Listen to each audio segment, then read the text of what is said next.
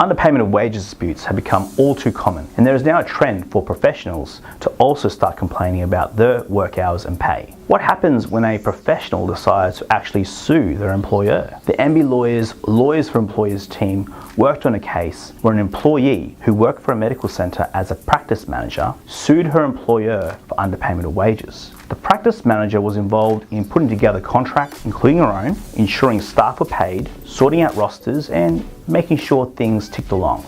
She was required and was willing to work outside the normal working hours, and in exchange was adequately compensated with a wage of $110,000 a year. Now, at the time of her resignation, the practice manager's wage had actually increased to $120,000 plus super. The resignation came about because of a below average review, and the practice manager decided to sue for TOIL, or time off in lieu, or alternatively overtime that was unpaid. We argued for the employer and successfully argued that there was no statutory right for the payment, and that there was a long-standing view that in many positions, especially in those in professional managerial positions and of those that are paid well above any minimum award payments, there will be expectations to potentially work outside of the normal working hours, and any such claim was a try-on. In this case, there was also a contract we could rely upon that clearly stated a requirement to be flexible in the working schedule, and that the salary was annualized to reflect this. So, a couple of tips for employers. Ensure there is a written employment contract with clauses covering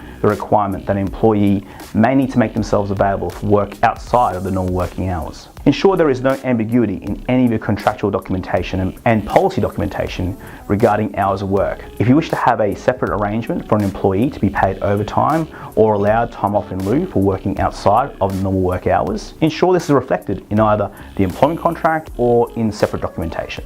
If an employee has an inquiry or complaint regarding TOIL or unpaid overtime, deal with it immediately. Don't allow it to fester into a potential situation that may lead to a dispute. If you'd like to know more about wage disputes, visit our website at www.lawyersforemployers.com.au or contact us on 073876 5111.